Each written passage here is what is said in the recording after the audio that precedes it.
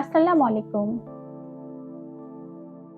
গর্ভবতী মায়েদের জন্য সবথেকে কমন একটি সমস্যা মিসক্যারেজ বা অ্যাবর্শন। বিবাহিত মহিলার যখন মাসিক হঠাৎ বন্ধ হয় বা মিস পিরিয়ড হয়, তখন বাসায় প্রেগন্যান্সি টেস্ট বা ডাক্তার দেখিয়ে আল্ট্রাসাউন্ড করার পর যখন পজিটিভ আসে, তখন সেটা পরিবারের জন্য অনেক আনন্দের একটি নিউজ হয়। কিন্তু সেই মায়েরই যদি হঠাৎ করে ব্লিডিং শুরু হয়, তখন সবারই টেনশন বেড়ে যায় বা সেই মহিলারই মনে মনে ভয় হতে থাকে, এটা কি মিসক্যারেজ, বাচ্চা কি নষ্ট হয়ে যাচ্ছে। মিসক্যারেজ বা অ্যাবর্শন কাকে বলে?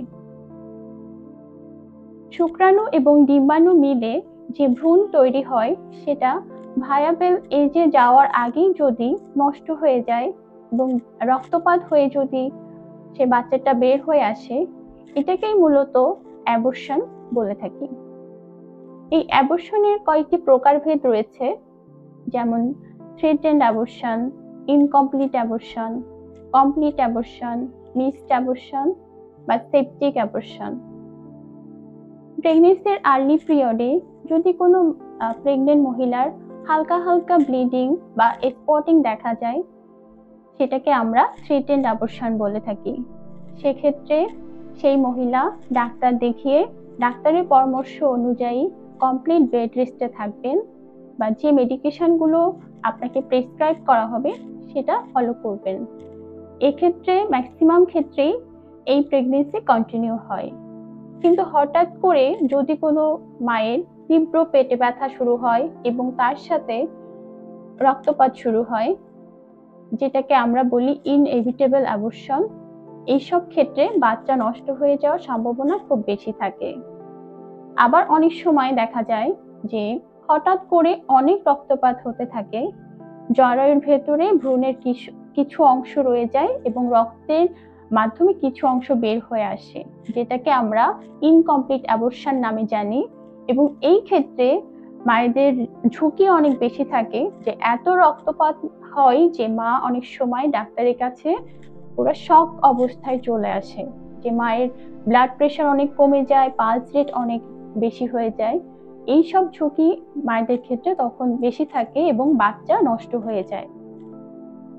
আবার অনেক সময় দেখা যায় যে ভ্রূণটা মারা যায় এবং পেটের ভেতরেই রয়ে যায় পুরাটা, জরায়ুর ভেতরে।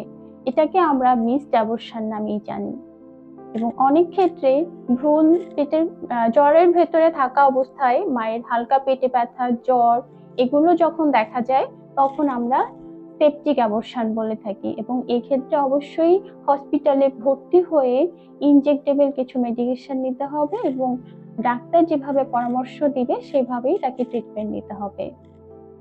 কিন্তু আমাদের দেশে ম্যাক্সিমাম ক্ষেত্রেই দেখা যায় বাচ্চা নষ্ট হওয়ার ফলে পরিবারের লোকজন মাকে অনেক দোষারোপ করে থাকেন। কিন্তু প্রথম ৩ মাসের মধ্যে বাচ্চা নষ্ট হওয়ার কিছু কারণ রয়েছে, বা সেকেন্ড ট্রাইমেস্টার, সেক্ষেত্রে বাচ্চা নষ্ট হওয়ার কিছু কারণ রয়েছে। 80% ক্ষেত্রে দেখা যায় প্রথম ৩ মাসেই বাচ্চা নষ্ট হয়ে যায়। এবং এই প্রথম ৩ মাসে যে বাচ্চা নষ্ট হয়ে যায় তার কিছু কারণ দেখা যায়, সেখানে বেশিরভাগ ক্ষেত্রেই জেনেটিক কিছু ফ্যাক্টর রয়েছে, বা ভ্রূণের যদি কোনো ক্রোমোজোমাল অ্যাবনর্মালিটি থেকে থাকে, সেক্ষেত্রে বাচ্চাটা আর্লি নষ্ট হয়ে যেতে পারে। বা মায়ের যদি বয়স বেশি থাকে বা মা যদি অনেক কম বয়স হয়, সেক্ষেত্রেও হতে পারে অ্যাবর্শন।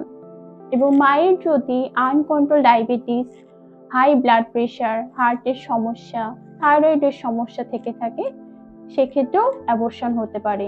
এবং ওবেস যেসব মায়েরা আছে, অতিরিক্ত ওজন যদি থাকে বা ম্যাল নিউট্রিশনে যদি কোনো মা ভুগে থাকেন, সেক্ষেত্রেও বাচ্চা নষ্ট হতে পারে। এবং কিছু কিছু ক্ষেত্রে যদি মায়ের স্মোকিং বা মদ্যপানের অভ্যাস থাকে, তাহলেও বাচ্চা নষ্ট হয়ে যেতে পারে। সেকেন্ড ট্রাইমেস্টারেও মিসক্যারেজ হয়ে যেতে পারে এবং সেক্ষেত্রে জন্মগত জরায়ুর কিছু ত্রুটি যদি থাকে, তাহলে এই অ্যাবর্শনগুলো হতে পারে।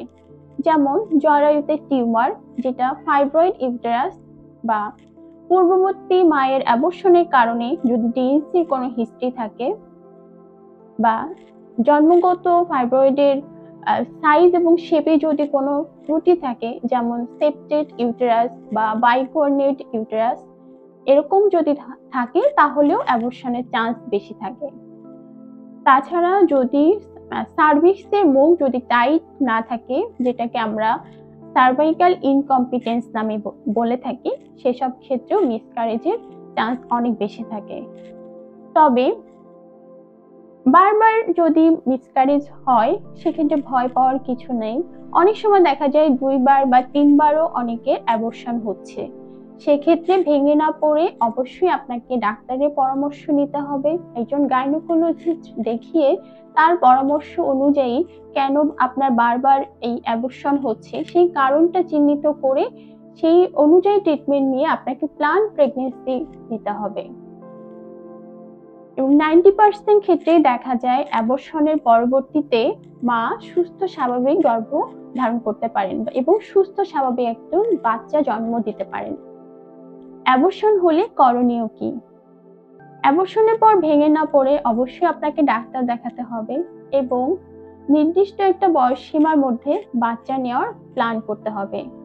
আপনার যদি অতিরিক্ত ওজন থাকে, ওজন নিয়ন্ত্রণ করতে হবে এবং আপনি যখনই চিন্তা করবেন বাচ্চা নেওয়ার জন্য, তার আগে থেকে আপনাকে ফলিক অ্যাসিড সমৃদ্ধ খাবার বা ফলিক অ্যাসিড ট্যাবলেট গ্রহণ করতে হবে এবং খাদ্যাভ্যাসে অবশ্যই আপনার চেঞ্জ আনতে হবে। যদি কারোর অ্যালকোহল পান করার অভ্যাস বা স্মোকিং বা ধূমপানের অভ্যাস থাকে, এগুলো একদম বন্ধ করতে হবে। ডায়াবেটিস, প্রেশার, থাইরয়েডের সমস্যা থাকলে সেগুলোকে অবশ্যই নিয়ন্ত্রণ করতে হবে। সর্বোপরি এই দিকগুলো মাথায় রেখে যদি জীবনযাত্রার পরিবর্তন আনা সম্ভব হয় এবং আপনার গর্ভাবস্থায় যদি ডাক্তারের পরামর্শ অনুযায়ী পরবর্তীতে সমস্ত ট্রিটমেন্টগুলো নেওয়া শুরু করেন, তাহলে অ্যাবর্শনের ঝুঁকি অনেক ক্ষেত্রেই কমে আসবে। ধন্যবাদ সবাইকে।